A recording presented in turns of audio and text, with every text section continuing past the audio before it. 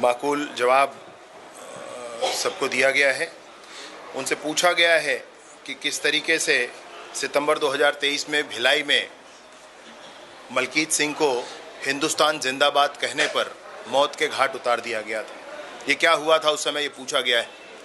उनको ये पूछा गया है कि कवर्धा में किस तरीके से भगवा ध्वज के अपमान के उपरांत भी दिन भर लोग चिल्लाते रहे, FIR नहीं हुआ, ये कौन सा लॉ एंड ऑर्डर था, ये पूछा गया उनसे।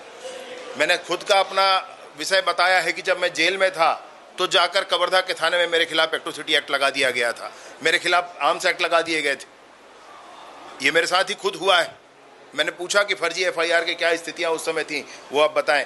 एक बात और हुई है वहां पर कि बस्तर के उस तनाव को हम सब ने सुना है और देखा है। बस्तर में किस तरीके से घटनाएं हुई थी, किस तरीके से जो धर्मांतरित हो चुके लोग थे उन्होंने मूल आदिवासियों को पीटा यह कह करके कि तुम धर्मांतरण नहीं करते हो। ये हुआ था बस्तर में और कोई सुनने वाला नहीं था। वहां पर जो तत्कालीन SP थे उन्होंने लिख करके चिट्ठी कहा था सरकार से कि आप यहाँ पर ध्यान दीजिए, आने वाले समय में यहाँ सामाजिक व्यवस्था बिल्कुल बिगड़ सकती है। वो आज हम लोग देख रहे हैं बस्तर में, जो आज रोज आप सुनते होंगे कि इस गाँव में ये हो गया, वहां पर दफनाने के लिए लोगों के बीच विवाद हो गया। गाँव गाँव में विवाद जो आज खड़ा हो गया है वो तत्कालीन सरकार की उदासीनता के कारण था। मैं बताना चाहता हूं कि आपको ध्यान होगा, एक सदस्य हैं हमारे बीच में आज, ईश्वर साहू, उनके बेटे बीरेन साहू के साथ क्या हुआ था, आपको ध्यान होगा ये विषय। आपको यह भी ध्यान होगा कि मुख्यमंत्री जी के गृह जिले में किस तरीके से सामूहिक नरसंहार की घटनाएं हुई थी। आपको यह भी ध्यान हो गया कि रायपुर में ही एक गंडासा लेकर एक युवक किस तरीके से एक नाबालिग लड़की को लेकर घूमता रहा था। मैं कितनी चीज़ें आप मेरे पास है जो आपको दिखाऊं और बताऊं इन सारे विषयों को लेकर के।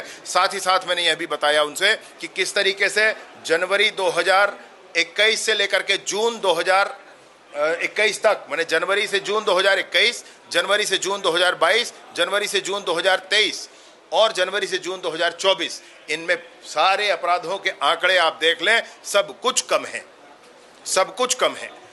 दिल का दर्द एक है, वो है बलौदाबाजार, वह बलौदा बाजार। वो नहीं होना था, उस पर पूरी ठोस कार्रवाई होनी चाहिए। परंतु आपको निसंदेह ये मैं कहना चाहता हूं, ये आंकड़े उस दिन भी आप लोगों के सामने मैंने प्रस्तुत किए थे, आज सदन में भी प्रस्तुत करके सबके सामने बताया हूं और माननीय अध्यक्ष महोदय ने अस्वीकार किया है स्थगन।